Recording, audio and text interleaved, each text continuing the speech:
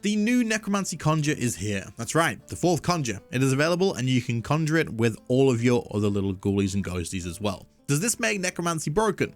Is the 4th Conjure crazy strong just like the rest of them, or is it just going to be a little bit of an extra buff? Well, in this video we are going to find out. Now of course we have the skeleton, we have the zombie, and we have the ghost. All 3 of these have their own unique effects and their own place in Necromancy, and they all are actually pretty damn strong in their own sense, all offering their own benefits. The 4th Conjure, however, is a Phantom Guardian. This will be a defensive conjure, so not boosting your damage output a whole lot. However, the way this works is when you have the conjure active, he will not attack any enemies that you are focused on. He will just stay close to your character, and he will reduce the damage that you take by 5%. Any sources except for typeless damage will have that damage reduced by 5%. Keep in mind though, this is capped depending on your necromancy level and can be boosted with the first necromancer armor set and using things like an overload. So the higher your necromancy level is, the more this is going to be able to cap out. This jumps up to 10% if you're in PvP. Now the Phantom Guardian does come with a command attack as well, just like all of the other conjures. As you have the Phantom Guardian conjured, you will gain Valor stacks. Valor stacks will go up to a maximum of 25, and for each Valor stack that you have will increase the amount of damage that the command ability does. The command ability itself will target the enemy that you have as your main target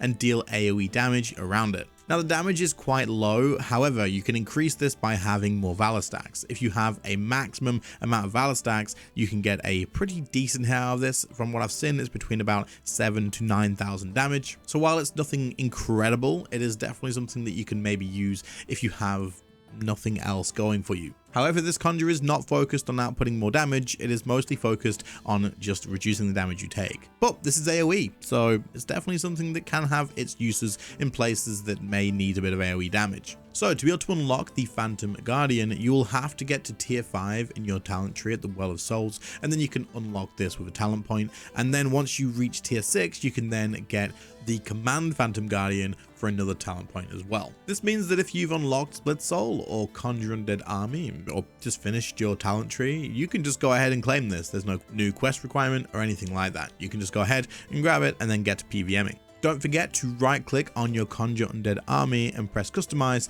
and then click on the ability so that you can put it into the slot, and that way he'll be conjured with your other little ghoulies and ghosties before you start each fight. Okay, so I went off and tested this out at a few bosses. However, before we talk about how I feel about it performing at certain bosses, there's a couple of things I want to talk about. One, I really hate the way Necromancy works in terms of showing stacks and stuff on your buff bar, and I really wish that they had done more effort with this when actually releasing it, because we already know for a fact that people aren't exactly the biggest fans of things like necrosis stacks showing up on your buff bar and then having to keep track of it like that. It can be a pain, it can be awkward, and it's difficult to see. Now we have another thing with our conjure, not only showing a timer, but you have to then look at the same icon to be able to see the Valor stacks. This is pretty small, and when you PVM with a lot of buffs, you're going to see a hell of a lot of clutter here.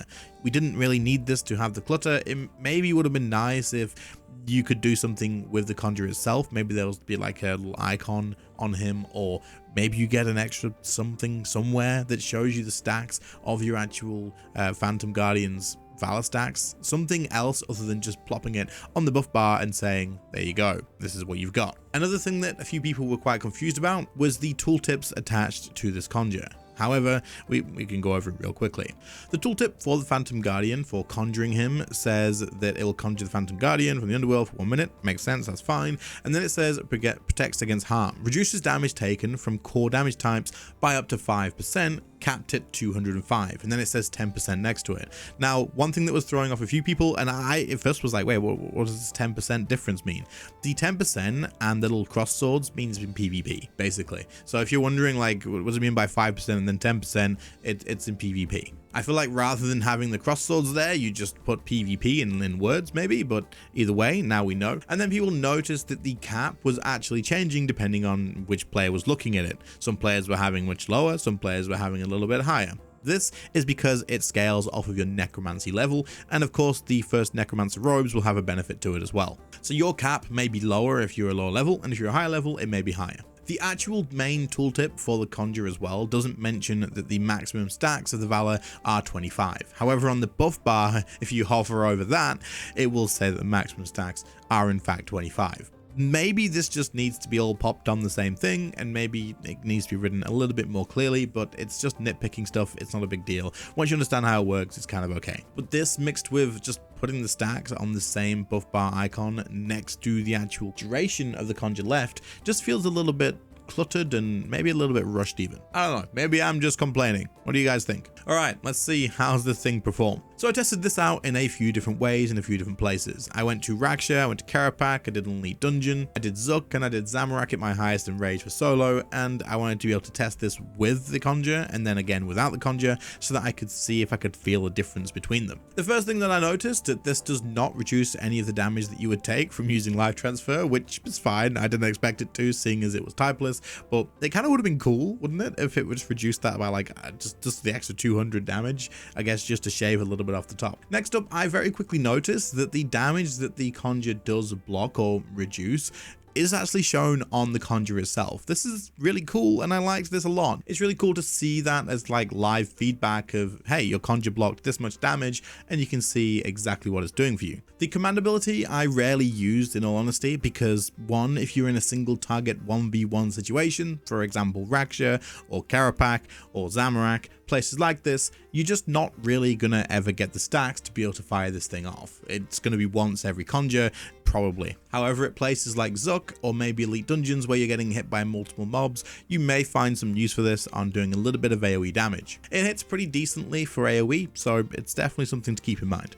As for damage reduction in places that are one-on-one, again, it's 5% damage. It's not anything over the top. You've not got Animate Dead here. You've not got an extra darkness. You're not going to be completely like changed and unkillable in situations like this. In terms of having tank gear on and having darkness on, or having like a Hellhound, this isn't going to be a massive increase to the amount of damage that you're reducing. But it's a Conjure, it's very little effort, you press the same buttons as you used to, and it's free. It's a free little bonus and something that you might as well conjure. You might as well put it there. Over time, I would say that this will save you money, except it probably won't, because Ectoplasm isn't exactly the cheapest, so it is going to cost you to conjure it every time. But it could make the difference between you getting a kill or not getting a kill if you, say, end the kill and you have one piece of food left. That could have been the piece of food that you would have lost out on. So in the 1v1 situations, it's okay. It helps out, it blocks a decent amount of damage every now and again. However, it's not a complete game changer. That being said, places like Zook, where you are being piled the living crap out of because there's just mobs everywhere, this works quite well. When you think about it, this can block up to 200 damage every single time. It doesn't usually block that much unless you're taking big hits, but it can do. This will end up blocking a decent amount of damage, and it's every single hit.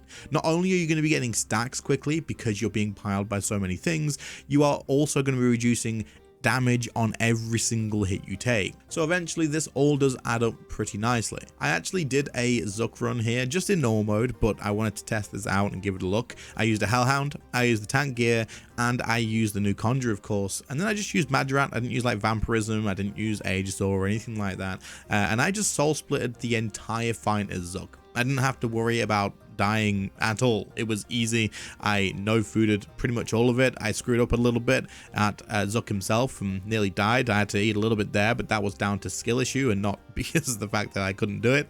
But if you don't screw up like I did, yeah, you can soul split this whole thing now. As long as you have your conjures up all the time. You may have to press reflect like once every now and again through the waves, but probably not really.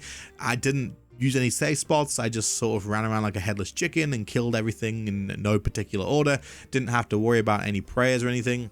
I really took no damage whatsoever. Using the tank gear, using all the conjures and the new Conjure, a Hellhound, and just soul split the entire thing, this was probably like some of the easiest Zook kills I've ever done in my life. So at somewhere like this, it performs really, really nicely. So overall, I think the Conjure kind of fits nicely. It's not going to make Necromancy completely broken, which is definitely good, but it's also a nice addition for certain places, and it has a niche use with its AoE damage too, depending on where you are. I mean, it's probably only going to be useful in AoE situations anyway, seeing as it does AoE damage, and you're not going to get stacks very often unless you're being hit by multiple targets, so it kind of works out. However, if you don't have the ability to conjure all four just yet, what do? Do you swap this out for any of the other ones? Personally, I don't think so, unless you're specifically doing something like Zook. Maybe then you change it for the zombie, but the zombie still does AoE damage. It still does damage. Overall, I would say you probably keep the zombie in because it still does damage to whatever target you're hitting, and damage is usually better than a little bit of damage reduction, because if you end fights quicker, you take less damage. It's kind of just how RuneScape works. So unless you have all four, you're probably not going to be using this as of right now. Again, unless maybe you're grinding through doing Zook and you want to make it a little bit easier. But anyway, let me know what you guys think about the Conjure in the comments, and other than that, I'll catch you all in the next one. See you later, guys. Bye.